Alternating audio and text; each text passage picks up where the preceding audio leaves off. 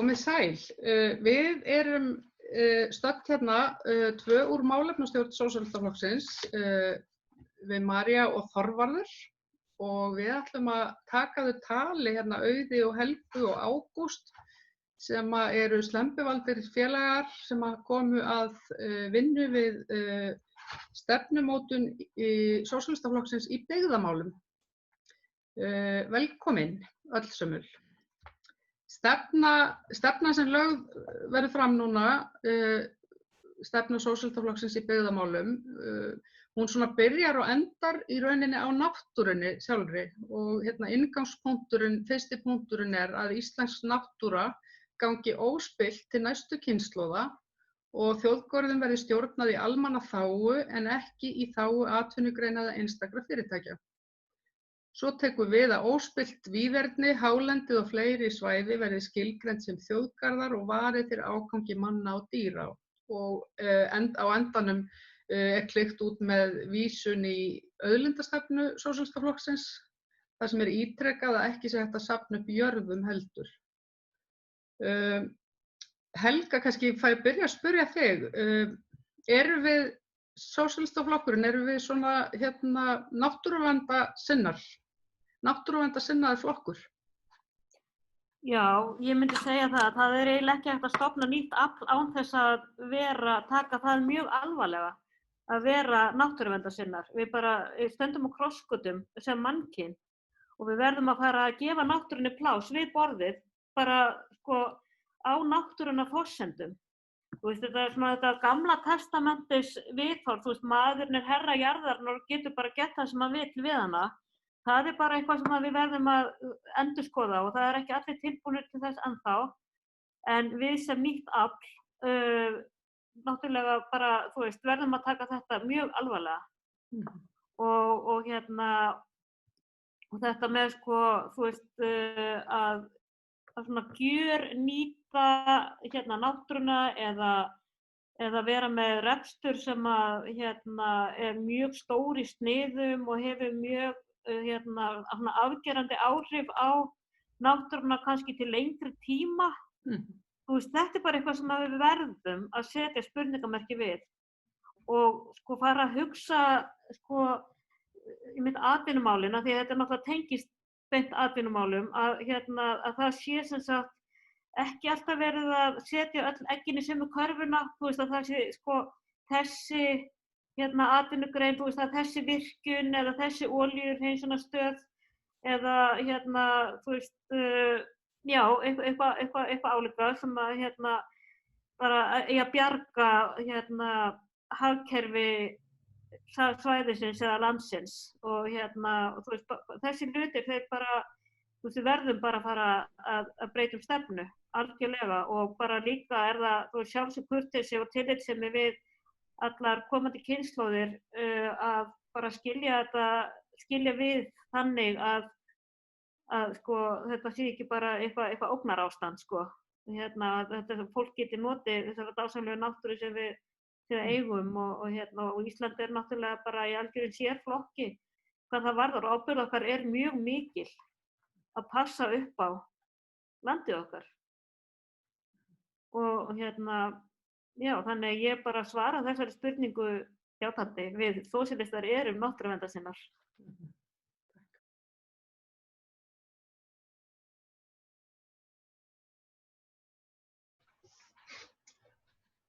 Svo kemur að félagslega þættinum, þar sem talað að félagslega réttindi séu samræmd allt land og í ítarefninu kemur fram að allir búi við sem líkust skilyrði frá opinberri hálfu og geti sótt sér þjónustu í heimabyggð. Þá sé til dæmis heilbrigðisþjónustan stórbætt og ekki byggt á fjarlæknum. Það eiginlega mjög mikilvægt að byggja upp allavega hvern landsfjórðung út af fyrir sig í svona megindráttum að það þurfi ekki að sækja allt til Reykjavíkur og það var náttúrulega styrking sjúkrahúsanna sem hétu hér í gamla daga fjórðungssjúkrahús eru náttúrulega stórmál fyrir landshlutana að þurfi ekki að senda allt til Reykjavíkur. Við sáum bara núna í COVID þá eru þá var COVID-deild í Reykjavík og Akureyri. Ísafjörður sem var náttúrulega mikið fyrir þessu í sambandi við Bolungarvík, hann þurfti að senda sína sjúklinga til Reykjavíkur eða Akureyrar. Þannig að styrking fyrir hvert landshluta í heilbrigðismálum held ég bara best fyrir alla. Af því að þegar var verið að senda hingað til Akureyrar fólk, það var vegna þess að það var svo mikið álag á Reykjavíkursvæðinu, sko. Þannig að ef að sjúkrahúsið þar hefði verið tilbúið til að sinna sínu hlutverki, þá hefði það náttúrulega verið best og sem betur fyrir var ekki mikið fyrir austan. Maður bara sér ef maður skiptir landinu í 4 hluta, sko, hver mikill mismunurinn á þjónustusvæðum. Og svo náttúrulega öll tæki og tól fyrir sunnan og ef að þau eru hér, þá það fólki í landinu sem safnar fyrir því. Ekki ríkiskassin. Og það eins með bara, eins og svo getum við líka talað samgöngur, það þurfum náttúrulega að vera sérstaklega góðar innan hvers landsfjórðungs til að koma fólki á milli á þessi aðalsvæði sem maður myndi að setja. Ég heyrði eitt segja daginn, mér finnst það mjög gott, af hverju ekki 4 borgir á Íslandi. Það myndi byggjast upp svona 4 stór svæði sem væri með alla þjónustu og fólk þurfti ekki að fara hingað og þangað í sínum erindagjörðum. Og svo náttúrulega í sambandi við heilsugæsluna, þá viljum við náttúrulega fá miklu meira, það ekki einsinni sjúkrabílar á öllum stöðum. Og svo náttúrulega mjög heppilegt að hafa sjúkraþyrlur í öllum landsfjórðungum, ekki bara, eins og við veitum. Þannig að það þyrfti að styrkjast allir 4 á samfélagslegan hátt og svo það náttúrulega samgöngurnar. Þær eru náttúrulega að vera góðar og þær eiga að vera fríar að mestu. Eins og hér á Akureyri, það sem frítt í strætó. Hér fara menntaskólakrakkarnir í strætó á morgnana, það þurfa ekki að skutlast hingað og þangað. Og Hríseyjarferjan hefur verið frí allan síðasta mánuð og stendur til að það verði áfram. Sem hefur stór aukið ferðamenn út í eyjuna, sem náttúrulega bara paradís þarna úti sem að fáir hafa komið í en hafa notað tækifæri núna þegar þetta frítt. Sem var sett á vegna þess að í rauninni Hrísey stór Akureyrarsvæði og þá ætti náttúrulega að vera frítt í ferjuna eins og strætisvagnana. En svo náttúrulega Grímsey, ég á ekki von á að þó að það sé orðið Akureyri að það verði frítt en hún ein af þessum brothættu byggðum sem búið að vera að reyna að byggja upp en það fækkar samt. Það 20 manns þar á veturnar og 50 á sumrin og það náttúrulega aðallega gert út á fiskveiðar á sumrin. En það vantar sko að senda svona, nú sjáum við það hægt að senda störf út allt. Það alveg hægt að vinna fullt af fjarverslu í Grímsey. Ég þekki náttúrulega Norðurlandi best sko af landsfjórðungunum, það langt séð flytta vestan. En göngin náttúrulega hafa gert gríðarlegt bara að það sé hægt að hafa sameiginlegt sveitarfélag fyrir Flateyri og Ísafjörð náttúrulega bara vegna þess að göngin eru þarna. Og það alveg eins með Siglufjörð og Ólafsfjörð sem ég fjalla við í dag. Það var 2 tíma keyrsla á milli, það var búið að sameina, en það var 2 tíma keyrsla á milli sko sama byggðarlags í rauninni, sem náttúrulega gengur ekki. Og svo fór ég Vaðlaheiðargöngin í fyrsta skipti núna og það kostaði 1900 krónur að keyra í gegnum þau og mér finnst það rán. En það náttúrulega hægt að kaupa svona 100 daga kort sem þeir gera sem í skóla hérna á Akureyri. Bara allir landsfjórðungar séu með sama réttindi í sambandi við félagsþjónustu og bara sameiginlegt gjaldkerfi sem fyrir alla skapaða hluti húsaleigubætur ætti náttúrulega alltaf að vera samræmt. Og ekki mismunað á milli og eins með leikskóla og annað, okkur þetta ekki alltaf sama. Bara jafnrétti fyrir alla, hvar sem þú býr, þannig lagað sér. Takk.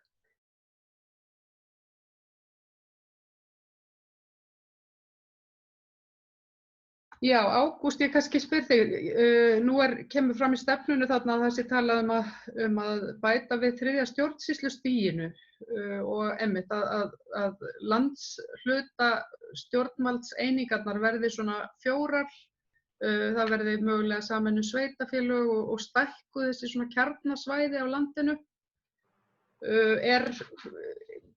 Er valddreifing í slíku?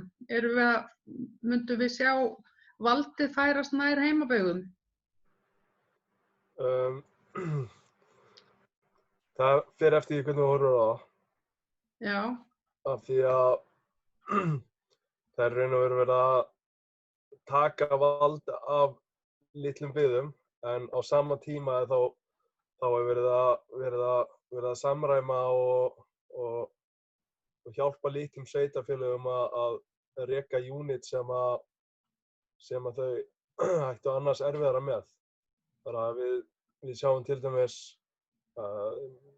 mörg sveitarfélög sem eru kannski bara 100-200 og þar er erfitt að reka heilan grunnskóla til dæmis. Þar væri hægt að koma inn í með þetta 3. stjórnsýslustig sem er svona millistig á milli sveitarstjórna og ríkisvaldsins. Okkur þótti þetta vera mjög spennandi hugmynd að setja þetta að búa til svona millivald á milli þessara stiga, en við sjáum að sveitarfélög eru í sjálfu sér, þau eru með sín samtök, Samband íslenskra sveitarfélaga, en það er rosalega erfitt fyrir lítil sveitarfélög að ná að hafa eitthvað vald innan þessara, innan fyrirbæri sem að inniheldur líka sveitarfélög með 20.000. En við erum náttúrulega líka að leggja áherslu á í þessu á samgöngur, eins og Auður kom inn á. Það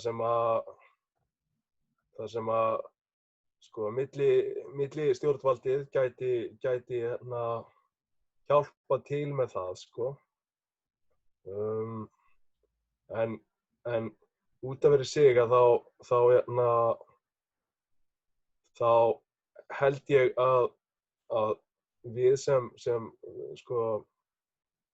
svona slembivalinn hópur ættum ekki að útfæra þetta of mikið, því að þetta er alveg flókið fyrirbæri, en ég held að það sé líka mjög mikilvægt. Þannig að það svona slembivaldi hópurinn svona dregur upp einhverju línur og svo er það kannski nánar útfært síðar ef kemur til þess að sósíalistaflokkurinn fái eitthvað umboðið að vald til þess. Akkurat. Þekkir eitthvað til eins og í Noregi þar sem að er 3. stjórnsýslustigið? Ísland er svolítið sér á báti, ég var einhvern tímann að lesa þetta, Ísland er svolítið sér á báti í því að það er þannig að sveitarfélögin er með meira á sínum herðum hér á Íslandi. Sveitarstjórnir til dæmis annars staðar á Norðurlandi, ég held þessi rétt hjá í Noregi, þar er þetta er svona eiginlega bara svona samgöngu eða þetta er bara voða kósí mál sem að sveitarstjórnir eru með þar, svona samanborið við Ísland, þar sem að sveitarfélögin reka sitt er að reka félagslegt kerfi, barnavernd og skólana og leikskólana. Mér finnst það svolítið mikið mál að þegar eru búið að sameina svona mörg lítil sveitarfélög, að það sé tryggt að það sé fulltrúi frá öllum í þessari stjórn, að það sé allavega einn frá hverju gamla byggðarlaginu, sko. Allir fá að koma að borðinu til að ræða sitt nærumhverfi.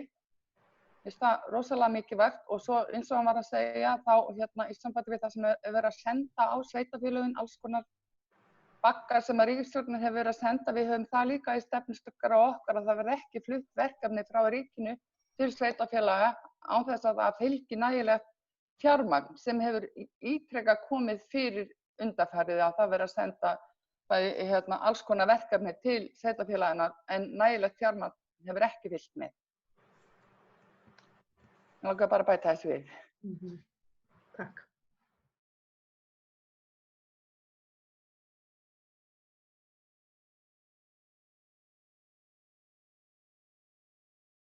Nú er talað að efla nýsköpun og þá sérstaklega að styðja við brothættar byggðir. En nýsköpun, listir, menning eru nefnd þarna í sama menginu. Hvaða þýðingu hefur það að bæta menningu og listir þegar kemur að byggðarmálum? Og það sem að við stöndum núna einmitt á þessum stað í veraldarsögunni, að við þurfum svolítið að bara horfa á nýjan heim. Og að þá held ég að það sé ekkert mikilvægara heldur en að þroska með okkur sköpunargáfuna og vera kreatív. Og þetta kemur bæði þá inn á listir og menningu og líka nýsköpun. Að það þarf að styðja við þessa þætti og bara hjálpa fólki við að vera frumkvöðlar og hafa aðstöðu fyrir skapandi fólk. Og það er maður finnur það alveg bara svona í kringum sig að þú veist, náttúrulega skiptir miklu máli að það sé góð aðstaða fyrir fólk og ákveðin menntun sem að þarf náttúrulega að fara fram varðandi listir og menningu. En líka bara er fólk úr stærri byggðarlögum eða sem sagt úr bara úr borginni og sem að það er síaukinn áhugi á landsbyggðinni. Vegna þess að það er bara mjög dýrt að búa í bænum og þú veist náttúran og svona já bara landsbyggðin kallar í rauninni og þannig að bæði þú veist á að aðstoða fólkið í byggðarlögunum að bara vernda sína eða sem sagt að ýta undir og gera hátt undir höfði bara lokal menning líka en að vera svona þátttakandi í þessu samtali. Maður sér þetta á nokkrum stöðum á landinu og við þekkjum Seyðisfjörð og svo til dæmis Siglufjörður. Þar er mjög öflugt menningarlíf og þetta setur svo mikið svip á bæinn. Þú veist, ég fór í heimsókn til Siglufjarðar daginn og þar fór ég á myndlistarsýningu og í Alþýðuhúsinu hjá henni Öllu, skúlptúrista og og ég fór líka á hótelið og þú veist og þetta er einhvern veginn svona, þú veist, bragurinn á Öllu hefur einhvern veginn breyst. Það var þarna í götunni þar sem að Alþýðuhúsið er hjá hennar Öllu að þar var líka sem sagt súkkulaði gerð og þú veist það er svona, þú veist þetta er svona litlu frumkvöðlar og svona þetta er svona menningatengda sem að einhvern veginn bara fólk elskar, bæði innfæddir eða sem sagt bara lokal og líka bara þeir sem að koma að heimsækja. Þú veist þetta gerir svo mikið þegar að fólk á svæðinu fær þessi tækifæri til þess að skína hvað þetta varðar og þetta gerir það líka verkum að fólk hefur áhuga á því að flytja bara, þú veist, flytja búferlum úr bænum og inn á þessu svæði. Að þetta er heillandi og þetta er spennandi og þetta eru, þú veist, nýjir möguleikar og þannig að það eru mjög margir, það eru mjög margir fletir á því af hverju það skiptir máli að ýta undir menningu, listir og nýsköpun. Hönnun og ég þekki unga hönnuði, hjón sem að fluttu úr bænum, byggu á Grettisgötunni. Þú veist, þá fluttu norður í land og eru þar að byggja upp sitt veldi, þú veist, og hafa þar tækifæri sem þau myndu aldrei hafa inn í bænum. Þannig að þetta er bara, þú veist, það eru stórkostlegir möguleikar sem eru í þessu og svo bara segi ég bara endurtekið mig, þú veist, að það þetta að við stöndum í rauninni frammi fyrir því að við erum að færast yfir í heim sem að við vitum ekki hvernig mun líta út, hvernig verður. Þannig að við verðum að vera kreatív, við verðum að vera viðbúin, við verðum að vera með opinn huga og við hætta að leita í gömlu lausnirnar sem hinar einu réttu. Já, Auður, það talað líka varðandi menntamálin þarna, að það verði hægt að reka tækniskóla og háskóla, framhalds- og háskólastigi, kemur kannski aðeins inn á það sem Helga var að tala áðan líka varðandi menntun og listir og allt þetta, en já, þannig að endurmenntun verði kostur allstaðar og þetta hefur verið svolítið kannski bundið Reykjavík og Akureyri hingað til, en myndi þetta gera mikið fyrir fólk á landsbyggðinni? Ég held að það sé stórkostlegt tækifæri ef að vera hægt að hafa til dæmis, það vantar náttúrulega á Austfirði og fyrir á Vestfjörðum og svona þá tækninám gæti alveg verið fyrir austan og þar sem stendur hæst verður að vera íbúðir, stúdentaíbúðir eða fólk getur komið þangað eða náttúrulega að allir séu með fjarnám sem að náttúrulega hefur sýnt sig á Bifröst hvað það hefur byggt mikið upp þar og ég alveg viss það að aukningin hér á Akureyri mikið til vegna þess að það komin háskóli hérna.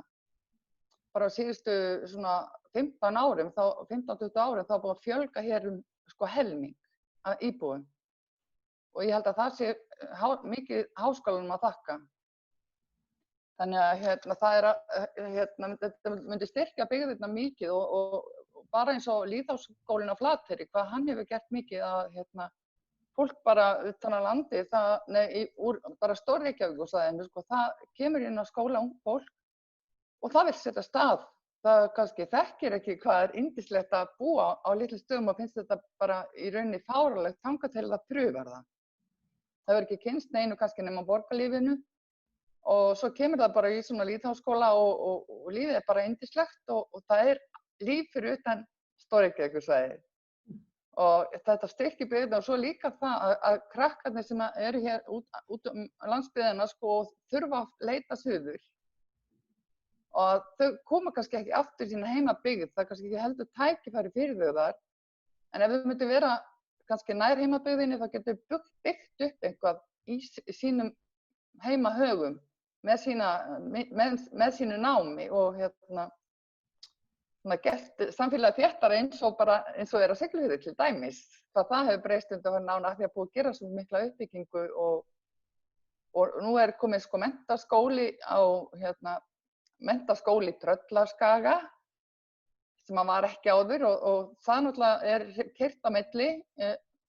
Það grunnskólabörnin og það bara strætó á milli Siglufjarðar og Ólafsfjarðar til að fara í menntaskólann. Þannig að þetta breytir rosalega miklu að krakkar þurfi ekki að fara langa leiðir í burtu til náms. Sérstaklega náttúrulega háskólanáms, það náttúrulega ekki á mörgum stöðum sem háskóli. Þannig að við vorum einmitt að ræða það í málefnastjórninni að það þyrfti að setja svona háskóla á Egilsstaði eða þar kring. Það myndi styrkja það svæði rosalega mikið held ég. Við talum ekki á Ísafirði, það var líka gott að það væri bara háskóli og þau geti allir verið með sína sér menntun eða sér þekkingu. Þannig að það dreifðist svona Já, mér langaði bara aðeins að koma með einn punkt. Ég held að það sé ofsalega mikilvægt að þetta sem verið að tala hér með að auka framboð á landsbyggðinni, hvað var það nám, en svo megum við ekki gleyma því að þetta má ekki skila sér því að allir séu bara alltaf á sínum heimahögum. Þú veist, við höfum ofsalega gott af því að rótera, þú veist, að þeir sem búa á Austfjörðum að þeir fari á Vestfirði eða í borgina, en þú veist að það verður samt náttúrulega að vera þannig attraktíft að koma aftur heim með þekkinguna sem fólk hefur öðlast, en þú veist, ég held að það sé kannski ekki endilega markmiðið sjálfur sér að fólk fari aldrei úr sínu byggðarlagi. þú veist, en þú veist, að það sé kannski, segjum að þú búir á Austfjörðum og það er eitthvað ákveðið nám sem er í boði fyrir sunnan eða á Vestfjörðum og þú getur þá farið og náðið þá þekkingu og kynnst öðrum landshluta og nýju fólki og nýju viðhorfum og svoleiðis, sko. Og en þetta með sérhæfinguna getur líka verið þá mjög sniðugt að það sé ákveðin, þú veist að eins og við erum með Bifröst, þeir eru með ákveðnar áherslur og þú veist og það verður nýr háskóla á Egilsstöðum og það verður þá einhverjar aðrar ástæður sem að ykkur úr Reykjavík getur vilja fara að setja stað tímabundið, þú veist, á Egilsstöðum og læra það sem þar er í boði. Eitthvað svona, ég bara er svo hrædd við einhverja svona, þú veist, það sem að einhverja svona stöðnun, sko, ég held að þetta sé svona opni fyrir stærra flæði ef að fólki verður gert það auðvelt að flytja tímabundið á þessa staði, þú veist, þá með heimavistu, með einhverjum litlum íbúðum, einhverjum stúdentagörðum eða hvernig sem það er, komið annars staðar frá. Það er, svo er í stefnunum, sko, það sé samt, sko, verið að efla fjarnám alls staðar, þannig að þú sért ekki háður því að því að þú býr út á landi þá getur ekki, skilu, þú verðir alltaf að fara til Reykjavíkur eða fara eitthvað annað til þess að bæta við þig, til dæmis einhverju námi eða eitthvað svoleiðis, að þú hafir möguleika á því að gera það heiman frá þér. Já, mjög mikilvægt. Já. Vill einhver þá er sjálfkrafa fólk krakkar eru búin að ákveða hvaða línu þeir ætla að fara í braut, þá náttúrulega sjálfkrafa verða þeir að fara ef væri einhver sérstakur tækniskóli á Austfjörðum, það myndu þau náttúrulega fara þangað. Það er eins og bara á Akureyri þá er komin hjúkrunarfræðibraut hér og það er mjög fáir teknir inn, sko, fyrir sunnan tiltölulega. Þannig það er margir frá Reykjavík sem komið til Akureyrar til að komast að í hjúkrun. Þannig að svo er á fleiri stöðum háskóla sem að væru með svona vissa starfsstéttir inn á sínu könnu, eins og kennaranámið og nú er orðið svo mikið háskólanám, nú þarf það að vera í háskólanám til að verða ökukennari. Þannig að þessir háskólar myndu sérhæfa sig í einhverjum vissum brautum og þeir eru náttúrulega búin að ákveða nemendurnir hvað þau vilja læra og þá náttúrulega er ekki víst að það sé í þeirra landsfjórðungi. Ég held að Landbúnaðarháskólinn á Hvanneyri sé mjög gott dæmi svona skóla sem að sérhæfi sig í einhverju ákveðnu og þetta getur við séð á fleiri stöðum á landinu. Til dæmis ferðamannaskóli á Austfjörðum eða sjávarútvegsskóli á Vestfjörðum. Það væri bæði spennandi og rosalega svona, ég held að það myndi gera mikið fyrir marga nemendur sem kannski finna sig ekki í hefðbundnu námi en myndu geta farið og notið góðs af svona sérhæfðum háskólum. Og mér langar líka að bæta við einu. Það segir nú í menntastefnunni en það er í sambandi við heimavistir sko, heimavistir, það er ekki bara eitthvað fyrirbæri sem á að vera til á Laugavatni eða Reykholti eða einhvers staðar, sko, bara á einhverjum öræfum, heldur líka í borginni, því að, þú veist, þar er húsnæðisvandinn. Það er ekkert auðvelt fyrir fólk af landsbyggðinni að sækja sér nám til Reykjavíkur með verandi að koma inn á mjög erfiðan leigumarkað. Þá þarf að vera góður heimavistaskóli fyrir fólk sem er að koma til náms í Reykjavík. Við auðvitað erum með stúdentaíbúðir og þyrftum þó að efla þær. En það er líka sem dæmi sko stór svona stórt nám innan menntaskólans í Kópavogi sem þar sem fólk lærir matreiðslu og bakarainn og kjötiðinn og fleira. Þar þarf að vera í kringum það, þarf að vera einhver svona sterk heimavist eða sko, það þarf að vera eitthvað úrræði fyrir það fólk sem er að sækja sér nám í það, sækja sér menntun, já, menntun í því. Nám þar. Já. Yep. Já. Í stefnunni talað að stokka upp fiskveiðistjórnunarkerfið og tengja það betur byggðum landsins. Svo þarna kannski aftur verið að vísa í auðlindastefnuna. Svo að auka atvinnutækifærin og sjálfbærnina og til dæmis fullvinna frekar afurðir í heimabyggð. Þetta réttlætismál eða spurningum að skapa atvinnu til að bjarga landsbyggðinni? Eða þetta kannski bæði? Klárlega bæði. Við höfum náttúrulega séð hvað kvótakerfið hefur gert fyrir byggðir landsins. Það má segja að sumar byggðir sig í blóma og meðan aðrar bara hafa bara rotnað sko vegna einhvers kerfi sem þau báðu ekkert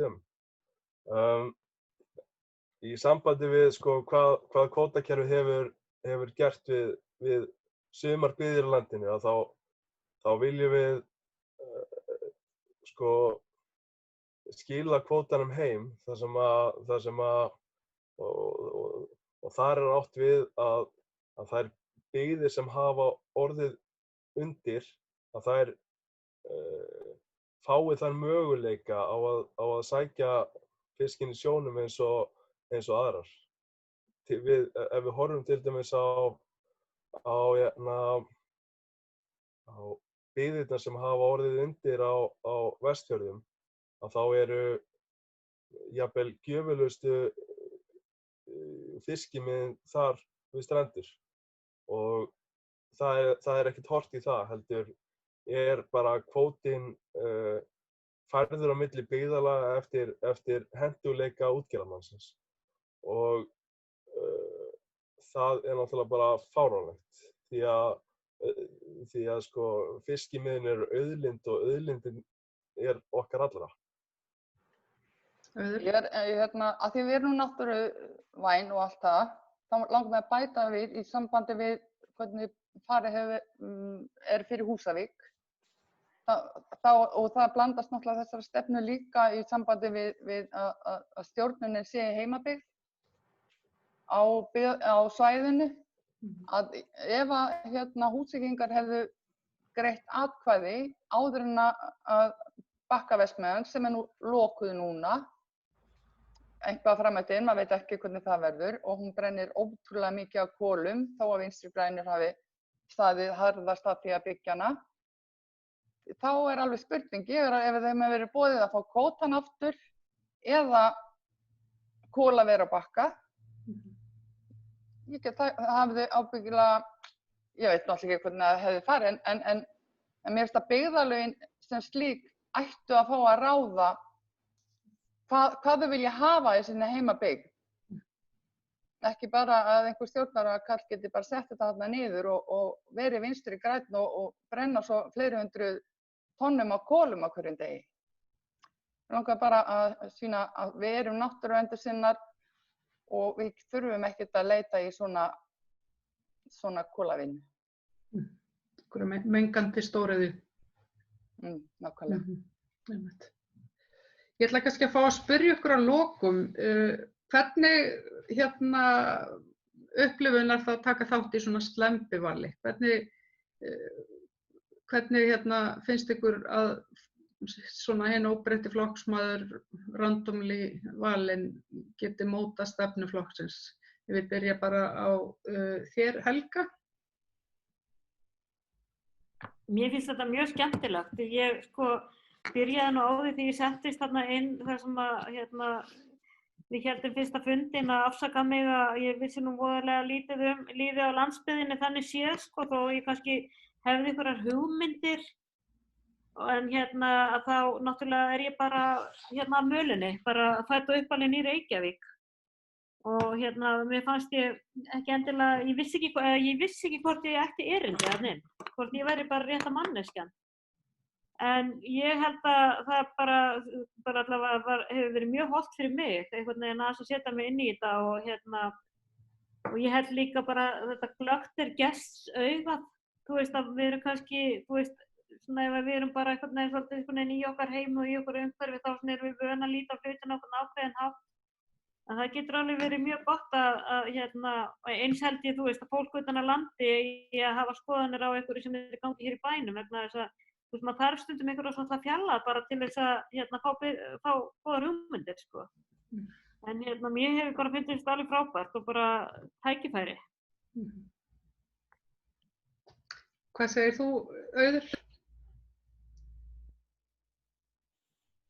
Já, mér finnst þetta náttúrulega frábært að vera í þessu og sérstaklega þessari, mjög mikinn áhuga á landsbyggðarmálum. Ég er náttúrulega fædd og uppalin á Vestfjörðum og svo Norðurlandi hef samt búið í Reykjavík. Þannig að mér finnst þetta rosalega skemmtilegt og ég hef náttúrulega verið í fleiri hópum og það er ótrúlega þegar kemur svona fólk sem að þekkist ekki neitt, kemur saman, en það er alveg ótrúlega sammála í flestum tilfellum með sína skoðanir og það er rosalega gaman líka að hitta fólk sem alveg nákvæmlega sömu skoðun. Ég held að það sé bara því að við erum í sósíalistaflokknum sem við getum verið svona sammála, en þetta er búið að vera rosalega skemmtilegt að pæla í þessu og bara mæli með þessu fyrir alla að koma og móta stefnuna og finnast mann vera með í hópnum, sko. Og vera að byggja upp nýtt afl sem ætlar að koma með byltingu. Takk. Ágúst. Já, mér finnst það mjög skemmtilegt. Þetta í fyrsta skipti sem ég tók þátt í svona starfi og